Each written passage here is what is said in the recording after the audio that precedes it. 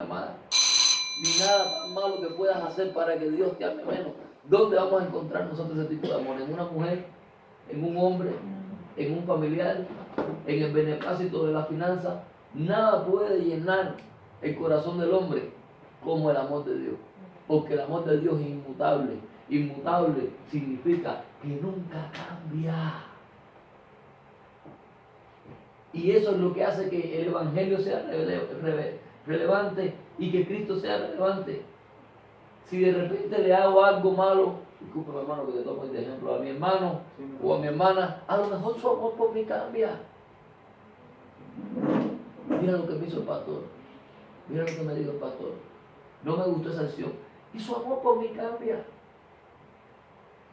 ¿Cuántas veces no hemos visto el amor de la gente cambiar, de los padres cambiar, de los hermanos cambiar, de los jefes cambiar, de la pareja?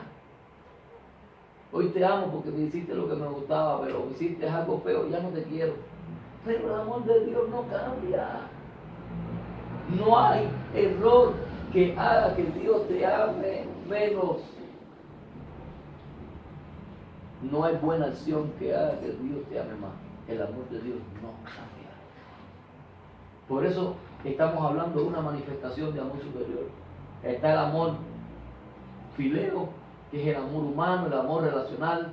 Está el amor eros, que es ese amor sensual. Y está el amor ágape, que es el amor perfecto de Dios. Cuando nosotros hablamos de este amor inmutable y eterno, estamos hablando de un amor perfecto. Y el único que tiene ese amor es Dios. El objetivo de Dios es transferir ese amor a nosotros. Cuando la gente está triste, está amargada, está turbada, está insegura, está abatida, no hay otra cosa que falta de amor ágape, de amor eterno, de romper con la dependencia de que alguien me ame para yo sentirme amado, de que alguien me quiera para yo sentirme querido, de entender de que Dios es suficiente para que yo entienda y comprenda que yo tengo en Él todo lo que yo necesito y que cualquier otra cosa buena o agradable entonces lo puedo recibir, pero si no lo tengo no pasa nada, porque Dios es el que todo lo llena en todo. Entonces la crisis existencial, la depresión, la inseguridad, la angustia, la flojera a la hora de mi caminar como cristiano, todo tiene que ver con una revelación del amor perfecto. Una vez que el amor perfecto de Dios te encuentra, todo cambia. Hay una sola cosa con la que el infierno no puede, y es con el amor ágape. No puede, no entiende ese lenguaje. Por eso es que el infierno no pudo prevalecer, por eso es que las tinieblas no prevalecen. Por eso es que dice, vence el mal con el bien, porque tu enemigo, el mundo, no entiende ese lenguaje. Y las almas más poderosas, el amor siempre va a ser el alma más poderosa. El alma más poderosa del cielo es el amor. Y el sacrificio de Cristo fue el gesto de amor más extraordinario que jamás la tierra entenderá o comprenderá. Fue extraordinario. Entonces nosotros tenemos la posibilidad de caminar en una dimensión eterna cuando amamos como Dios ama y cuando entendemos que ese amor perfecto de Dios también a nosotros nos cubre y nos justifica y nos perfecciona. O sea, estamos escondidos en Cristo. Eso es lo que dice la palabra, que significa cubiertos por ese amor, identificados con esa justicia. Así es como te ve el cielo, como un hijo amado, como un hijo acepto. Te ve completo porque te ve en Cristo. ¿Cómo quiere que te vea el enemigo? El enemigo quiere que tú te veas minimizado. El enemigo quiere que tú te veas a medias. El enemigo quiere que tú te veas insuficiente. Pero dice la Escritura que nosotros hemos sido perfeccionados en Cristo, perfeccionados en amor, hasta que lleguemos a la estatura del varón perfecto. ¿Por qué? Porque Dios tiene un propósito con nosotros. Porque Dios tiene un plan que Él ideó, que Él pensó, que Él organizó. A mí se me ocurre pensar de que Dios tiene un plan para mi vida y que se me ha ido revelando progresivamente, porque la revelación es progresiva. Y muchos que diremos en esta tarde, bueno, yo quisiera saberlo todo, quisiera entenderlo, quisiera que Dios me hablara más claro en esta tarde, que sin importar mi sexo, mi edad o la crisis o el problema por el que yo esté pasando, en esta tarde Dios me hablara más claro y me dijera, ¿qué es lo que quiere hacer conmigo? Déjame decirte, cuando Dios quiere hablarte más claro, Dios te va a meter en un proceso. Porque el proceso es el lugar donde Dios se comunica contigo, donde Dios quita las distracciones y donde Dios tiene toda tu atención. Dice que cuando Abraham fue a ofrecer sacrificio, de repente descendió una niebla, ¿no? Una densa y profunda, una oscuridad que lo cubrió. Dice que en medio de eso Dios le empezó a revelar su plan. ¿Qué quiere decir eso, hermano? Que hay veces que entrar en el cuarto donde se revelan las fotos. No sé si se recuerdan de aquellas cámaras antiguas donde usted tiraba la foto, pero no era como ahora la tecnología, que usted tira la foto y ya la ve. No, era un rollo, ¿verdad? Y había que meterle en un cuarto oscuro y no podía darle la luz. Y tenía que pasar un proceso. ¿Para qué? Para que se revelara aquella imagen que fue capturada, ¿verdad? En un tiempo y en un espacio. Así mismo pasa. Dios te mete en un proceso para revelarse tu vida. Y cuando tú escuchas los testimonios de muchos hombres de Dios y de mucha gente, siempre te va a decir que en medio de una crisis y en medio de un proceso fue donde Dios se les reveló. Fue donde entendieron realmente qué era lo que Dios quería hacer.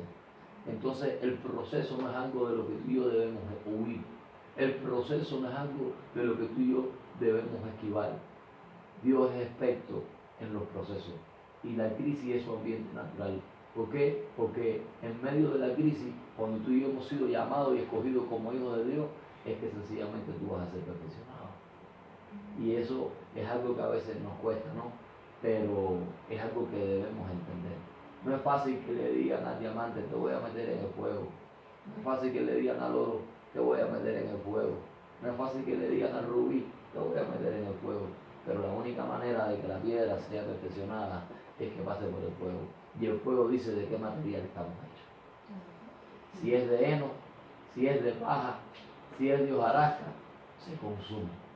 Pero si somos hijos de Dios genuino y cargamos un propósito eterno, el proceso lo único que va a hacer es sacar lo mejor de nosotros. El proceso lo único que va a sacar es la luz de Cristo que nos habita. El proceso lo único que va a decir es el calibre del cual nosotros estamos hechos en Cristo. Y es muy difícil poder expresar el reino cuando tú no has sido realmente procesado y cuando Dios no se te ha revelado en medio de un proceso. El problema es que el cristianismo no es teología. El cristianismo es una vida. El cristianismo no es coger una Biblia y empezar a leer textos bíblicos y tratar de hacer una buena interpretación o una buena comunicación del pasaje. El cristianismo es una experiencia con Dios, es una vivencia sobrenatural. Y las vivencias son en la crudeza de la vida, en el problema, en el conflicto, en la oración sincera. Tal vez no es la oración más melódica, más multitudinaria, más bonita. No es el orador que se para en un púlpito delante de miles de personas. Es esa oración que un hombre o una mujer hacen con las lágrimas en los ojos en el momento de la crisis, en el momento de la desesperación, en el momento del dolor. Cuando Dios se revela como que Él es todo, que todo lo llena en todo, y tú entiendes y te convences realmente en quién tú has creído. En un pasaje de la Escritura lo vemos también en la vida de Job. Un hombre justo, un hombre íntegro, un hombre que lo tenía todo, tenía no sé cuántos camellos, no sé cuántas ovejas, no sé cuántas vacas, no sé cuánta tierra, una mujer bonita, tenía tal vez hijos, una familia, era un hombre justo, era un hombre íntegro, pero pasó por un proceso. Cuando pasas por el proceso, no puedes creer que la gente entienda tu proceso. No puedes tener la expectativa de que los hermanos entiendan tu proceso. No puedes tener la expectativa de que tus amigos entiendan tu proceso. Cuando pasas por un proceso, lo único que puedes tener es la expectativa de que Dios está contigo. Y mantenerte fiel en medio del proceso. Y que Dios se te va a revelar en el proceso. Por eso es que Job después dice, de oídas te había oído. Si era un hombre justo, si era un hombre íntegro, si era un hombre que leía las escrituras, era un hombre próspero, pasa por una desgracia, en la cual hasta su mujer le dice, reniega a Dios, que Dios ni Dios. Dios es para que te vaya bien, Dios es para que te vaya light, Dios es para que te vaya happy. ¿Y qué Dios ni Dios? ¿Dónde está tu Dios? Mírate, cómo tú estás, tu condición. Es el trabajo del enemigo. Minimizar tu fe, quebrantarte, romperte, deprimirte, aplastarte. Pero le damos gracias a Dios por historias como la de Job. Hombres que en medio del proceso se mantienen íntegros, se mantienen estables, no se rajan, no se quiebran, no se doblan. Se mantienen convencidos del Dios del cual han creído. Y que después del proceso, cuando te sea todo restituido, porque Dios todo lo restituye, pueda decir lo más grande, lo más lindo y lo más excelente. De oídas te había oído, mas ahora mis ojos te ven. Y volvemos de nuevo, Dios se le reveló. Él tenía una música, un sonido, porque con el oído lo que se recibe son sonidos, pero con los ojos vemos nada. Él había oído la música del cielo, pero después del proceso, él estaba oyendo la gloria de Dios. Nosotros tenemos que entender que cuando pasamos por procesos y circunstancias, lo único que va a suceder es que tú y yo terminemos viendo la gloria de Dios. ¿Cuántos dicen amén? Amén. Y todo parte, amado hermano, de un propósito eterno. Por eso es que me gusta entender la gracia de esta manera. Como dice Romanos 6:14, así el pecado no tendrá dominio sobre ustedes, porque ya no están bajo la ley, sino bajo la gracia. Esto es importante, hermano. Cristo vino para romper el imperio de la muerte, el dominio del pecado. A veces en la iglesia estamos maximizando el poder del pecado. O sea, Cristo vino a romper el dominio, la jerarquía. Él vino a romper la jerarquía y el dominio del imperio del pecado y de la muerte. Sí, está bien. Tenemos cuerpos naturales, sentimos debilidades, en ocasiones concupiscencia. Ustedes entienden bien la terminología de esas palabras. Concupiscencia es el deseo de hacer aquello que sabemos que no debemos, pero a veces lo deseamos. No es pecado, pero es la antesala, ¿verdad? Y no debemos descuidarlo. Y tenemos esa sensación de que el pecado es muy grande y muy fuerte. Pero cuando nosotros leemos la Escritura, dice claramente que el pecado no tendrá dominio sobre ustedes porque están bajo la gracia. Esto tiene que significar algo. ¿Qué está diciendo la Escritura? Que el Espíritu que nos habita a nosotros es superior a toda debilidad humana. Si estamos alineados de Dios y estamos orando y estamos en relación y estamos empoderados, el Espíritu que nos habita es superior a toda debilidad humana. Y dice también Juan capítulo 1, verso 17, pues la ley fue dada por medio de Moisés, mientras que la gracia y la verdad nos ha llegado por medio de Jesucristo. ¿Y quién es más grande, Moisés o Jesucristo? Es Jesucristo. Y por medio de Jesucristo que nos llegó a nosotros, la gracia. Hay un salmo que a mí me gusta mucho que dice, la vida, ¿verdad? El más precioso de todos los bienes, palidece ante la experiencia, la generosidad divina, fuente inagotable. La gracia de Dios puede ser, pues, una vida más rica, más plena que todas nuestras experiencias. Dice claramente aquí, porque tu gracia es mejor que la vida, decía el salmista. Tu gracia es mejor que la vida. La experiencia de vivir una vida en el reino es superior a cualquier placer temporal. Yo necesito y quisiera comunicarle que entiendan el Evangelio como algo disfrutable. Cuando verdaderamente estamos viviendo en el Espíritu, es disfrutable, no es tedioso. Yo fui pastor de jóvenes por mucho tiempo y cuando tú le dices a los jóvenes a veces, vamos a orar, dicen orar, que incómodo, es casi como un castigo, decirle, te voy a castigar, no, vamos a orar, es como decirle, pues están castigados, ¿no? O vamos a leer la palabra, es como decirle, no sienten todavía, ¿por qué? Porque necesitan tener un rompimiento espiritual. Cuando ya tú te metes en una dinámica en el espíritu, es como cruzar una atmósfera. Cuando ya te metes en una dinámica del espíritu y tú orar se convierte para ti en un deleite, en un placer. Sientes el placer de la oración, sientes el placer de la comunicación con Dios, sientes el placer de la experiencia que Dios te hable. No hay nada más triste que la inseguridad de decir, no sé qué hacer, no estoy seguro de lo que estoy haciendo, ¿será de Dios o no será? Que alguien venga de parte de Dios y me lo confirme. A estar en una dimensión donde Dios te habla claro, lindo, nítido, donde la oración te puedes pasar horas adorando, recibiendo, siendo ministrado directamente, porque es un deleite.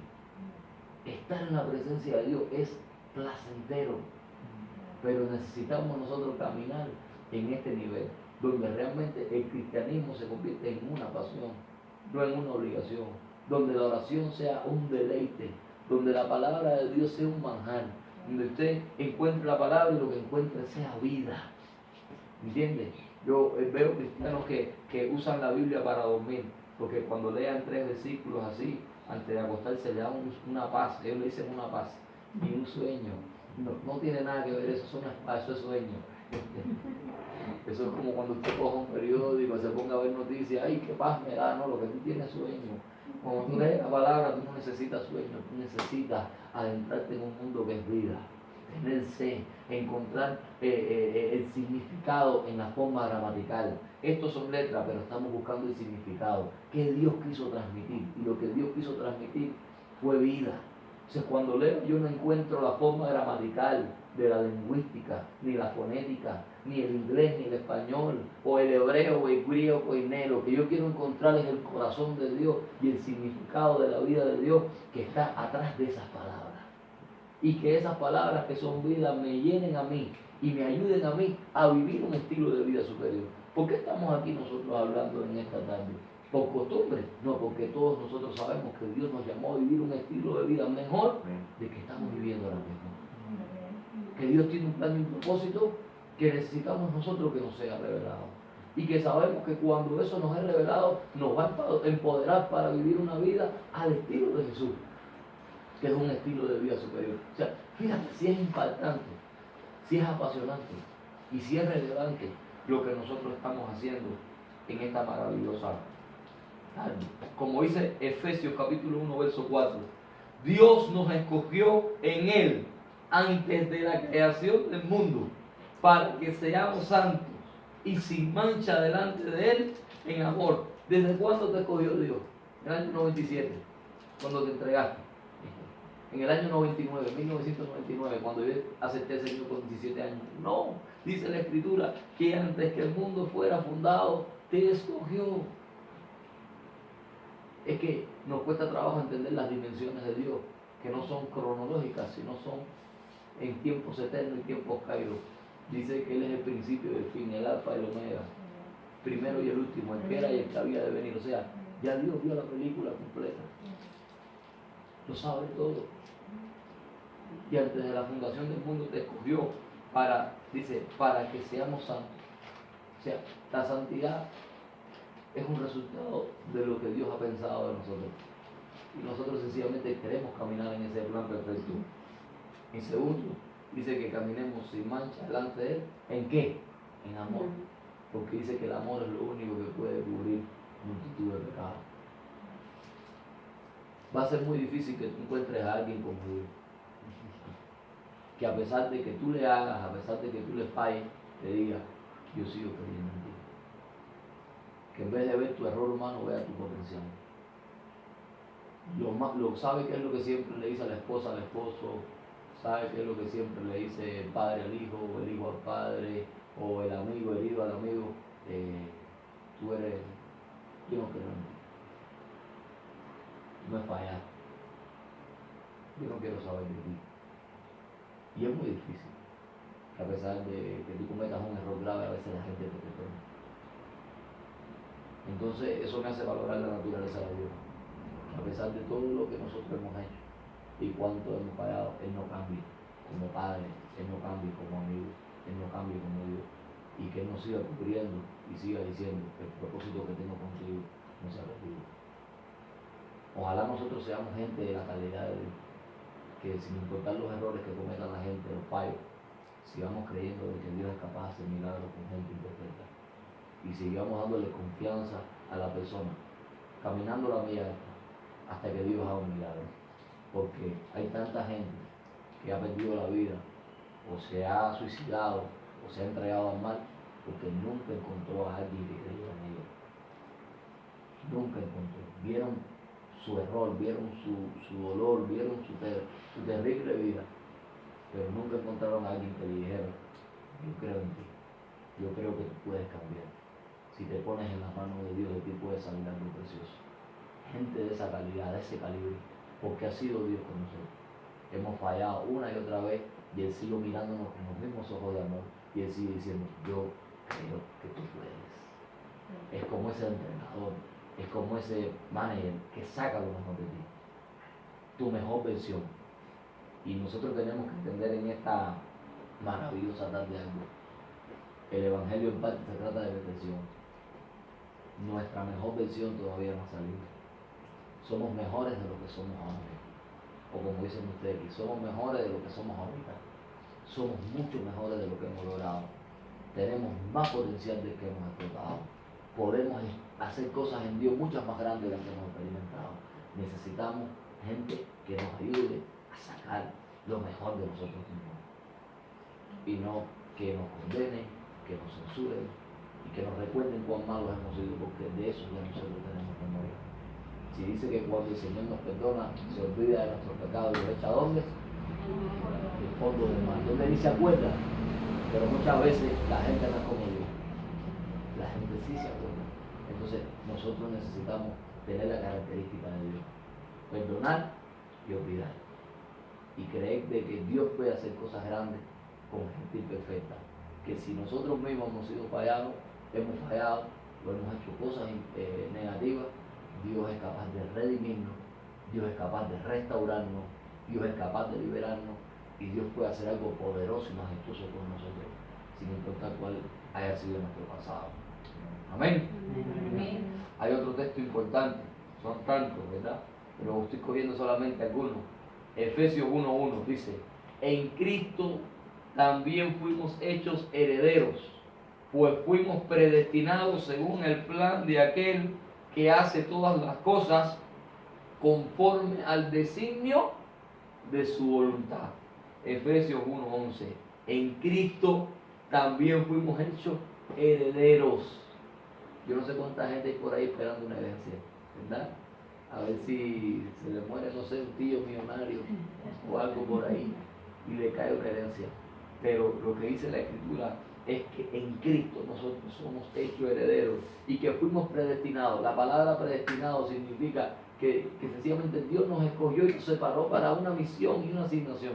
Tú y yo tenemos una misión del cielo.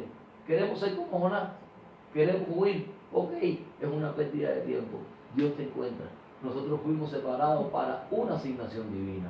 Una vez que entiendes eso, sabes que estés en China, que estés en Rusia, que estés donde estés, tú vas a hacer lo que Dios ha hecho de ti. ¿Cómo vamos a escapar de eso? En Cuba soy esto, en México soy esto, en Rusia soy esto. ¿A dónde voy a dejar de ser lo que Dios ha hecho de mí? No se puede. Lo único que puedo hacer es aceptar que debo ser lo que Él ha dicho que yo sería y ser feliz con lo que Dios ha dicho que yo sería y fluir en la voluntad del propósito eterno. Como hijos de Dios ahora somos herederos, tenemos herencia, pero la herencia se libera con madurez. Muchas veces tenemos una herencia que no podemos poseer ni disfrutar porque somos inmaduros. No porque no tengamos derechos legales, porque derechos tenemos. Derecho a la eternidad, derecho a la salud, derecho a la prosperidad. Yo no estoy esperando a que el sistema cambie, ¿no? El sistema social, el sistema político, el sistema de derecho a pensión, a seguro social. Déjame decirte, en Cristo tienes derechos. Pero a veces somos como hijos inmaduros. Ahora, si se muere alguien adinerado, se muere tu papá, tienes una herencia grande y eres un niño, no la puedes poseer. Hay que ponerte un tutor, alguien que te maneje y te administre hasta que seas adulto. Ya así mismo pasa en el reino, hemos sido herederos y no podemos poseer por grados de inmadurez. Por eso es que Pablo se enfocaba en que Cristo fuera formado en nosotros para que llegáramos a grados de madurez espiritual. Entonces yo necesito crecer espiritualmente y madurar porque me conviene poseer mi herencia. Entonces, a veces nos perdemos. Pensemos que estudiar la Biblia es una obligación porque el pastor quiere que yo sea teólogo, o ir a la iglesia porque debo ser un cristiano devoto, o no practicar pecado en la calle porque hay que ser santo. No se trata de eso, hermano. Es que te estás perdiendo las riquezas. Eres rico en Cristo. Tienes una herencia eterna. Pero solamente alguien maduro en Cristo puede administrar esa herencia. Entonces, si necesitas pasar o transicionar de heredero a poseedor, tienes que madurar. Y madurar es todo. Es llegar a un estado de adultez espiritual para poder disfrutar esas riquezas innumerables que Él te dejó. Porque podemos heredar, pero no poseer.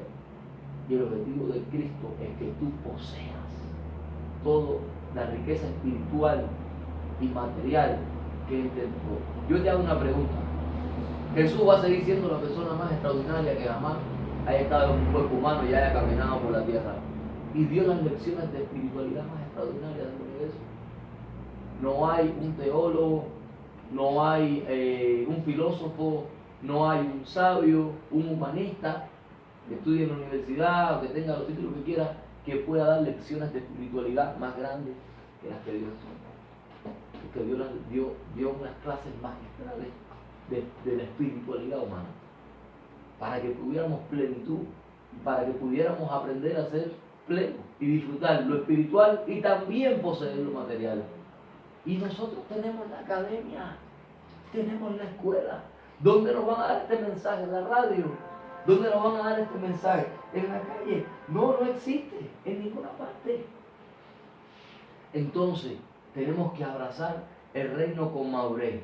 Dice aquí claramente, tenemos primero que comprender el proyecto de Dios, traer el reino de los cielos a la tierra, para poder crecer en entendimiento de por qué, de sus recursos y con los cuales Él nos ha dotado.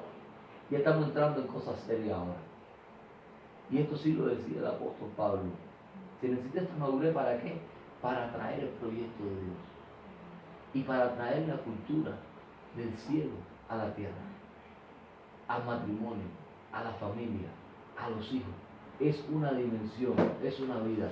Y después dice claramente, para poder crecer en entendimiento del por qué y para qué son esos recursos espirituales y materiales. ¿Para qué te entrego recursos espirituales y materiales si no tienes la madurez para administrarlos? Y ahora mismo lo que no hay es falta de recursos, porque el cielo tiene todos los recursos que necesitamos. Lo que necesitamos es la madurez y el entendimiento. Entender, comprender lo que Dios quiere y cómo administrar lo que Dios nos va a entregar. ¿Qué quería? ¿Religión? Es fácil. Yo le voy a decir, arrepiéntase de sus pecados, levante las manos al cielo, adore, cuando se muera no hay problema, tiene un lugar en el cielo, qué asiento quiere, todo está bien. Pero cuando hablamos del reino de Dios no hablamos solo de eso, hablamos de vida, hablamos de propósito, hablamos de trascendencia, hablamos de revolucionar algo. Algo en el mundo tiene que cambiar porque nosotros estamos aquí. No somos fantasmas, no podemos pasar inadvertidos. No puedes estar en tu cuadra sin que esté pasando algo sobrenatural, porque el reino es una revolución, es transformación. Jesús no podía ser ignorado ni cuando quería. Hacía un milagro y le decía, por favor no digas nada. Imposible. No podía pasar inadvertido alguien como Jesús. No podemos pasar inadvertidos nosotros, porque dice que cosas mayores que la que Él hizo, nosotros haríamos. Entonces, ¿dónde está ese evangelio? Con ese ritmo, con esa cadencia, con esa pasión, con esa fuerza. ¿Dónde está esa iglesia que no es inadvertida, que transforma ciudades, que transforma naciones, que la gente quiere saber qué está pasando allí? Los vecinos quieren saber qué está pasando aquí. Morelos quiere saber qué está pasando aquí. La gente está turbada porque están pasando cosas que no pueden explicar, porque son eternas. Pero para administrar esa dimensión se necesita un grado de crecimiento y de madurez en Cristo. Más nada, porque es por gracia. Es un regalo de Dios y nosotros podemos disfrutar esas cosas. ¿Cuántos dicen amén? Amén. Amén. Cuando hablamos de religión, vamos a estar siempre visualizando a Dios como el regulador del problema, de nuestro problema. Vamos a estar aquí en nuestra tradición, en un Dios que sencillamente está ahí para resolver nuestros problemas. Pero cuando entendamos el reino como lo entendió Jesús, vamos a saber de qué se trata, de los propósitos que Dios tiene, del plan que Dios tiene, de la agenda que Dios tiene. ¿Ustedes creen que Dios no tiene un plan para México? Que México, Dios no lo piensa. Que Él no sabe lo que está pasando aquí, en el ambiente espiritual me refiero, y lo espiritual gobierna lo material. ¿Ustedes creen que Dios ignora a Morelos? Que no lo ve, que no sabe lo que está pasando. Dios tiene un plan. Y cuando alguien de allá afuera de la calle le pregunta a alguno de nosotros, ¿qué es lo que ha dicho Dios sobre Morelos? ¿Qué plan tiene Dios para Morelos en los próximos 3 meses? Dentro de un año, ¿qué quiere Dios en Morelos? Tenemos nosotros respuestas espiritual precisa. Conocemos el corazón de Dios para este estado. Preciso, conciso. Dios siempre se reveló a esa magnitud. Entonces, necesitamos ser una iglesia trascendental, con una madurez y una magnitud, para poder llevar el reino y el propósito a nuestro presente, a nuestro tiempo. Podemos hablar de Moisés, podemos hablar de Elías. Todos fueron grandes hombres de Dios que cumplieron su propósito en su generación. El asunto ahora no es saber de Moisés y Elías. El asunto ahora es que nosotros seamos como ellos hoy. Ellos entendieron su tiempo, entendieron su pueblo, entendieron la crisis. Fueron hombres que manifestaron la gloria de Dios. Nos toca a nosotros ahora a llevar eso a nuestra generación. Y yo pienso que las calles están sedientas, no de la religiosidad. Ellos conocen iglesias religiosas, tradicionalistas, dogmáticas, y no les interesa ir ahí, pero quieren a Jesús. ¿Alguien se ha puesto a pensar en eso? Porque la gente que está en la calle quiere a Jesús, pero no quiere a la iglesia. Porque oran a Dios, quieren a Dios, quieren ser salvos, pero no quieren ir a esa iglesia que se les ha presentado. Cuando respondamos a esa pregunta, vamos entonces a poder ser lo que Dios quiere. ¿Cuál es el propósito de la iglesia como cuerpo en una ciudad? ¿Cuál es el propósito de la iglesia como cuerpo en una nación? ¿Cuál es el propósito de la iglesia como cuerpo en el mundo? Nosotros somos la embajada del cielo. Representamos el cielo, su estatuto, sus conceptos, su constitución, sus principios, sus leyes, su vida. Nosotros estamos aquí para traer esa vida. La tradición no va a cambiar a la gente. Jesús va a cambiar a la gente. Jesús va a transformar a la gente. Pero tenemos que presentar a Jesús en medio tal y como Él es. Tal y como Él es. Déjame decirle algo. Jesús no fue convencional. Cuando Jesús pasó, lo que más se le opuso fueron los teólogos de su generación, los fariseos. Los que más leían la Torá y el Canón fueron los que menos entendieron a Jesús. Oro por una iglesia que realmente pueda entender a Jesús tal cual es Él. Camina entre la gente, camina en las calles, enseña verdades espirituales. No está escondido atrás de estructuras ni de tradiciones. Hace la voluntad de su Padre y es capaz de transformar vidas. Nosotros necesitamos ese tipo de iglesia que sea capaz de transformar el estado espiritual de una nación y traer vida a la familia, y traer vida al matrimonio, y traer vida a la juventud. Algo tiene que empezarse a romperse en nosotros mentalmente. Dice Efesios capítulo 1, versículo 10, estoy terminando.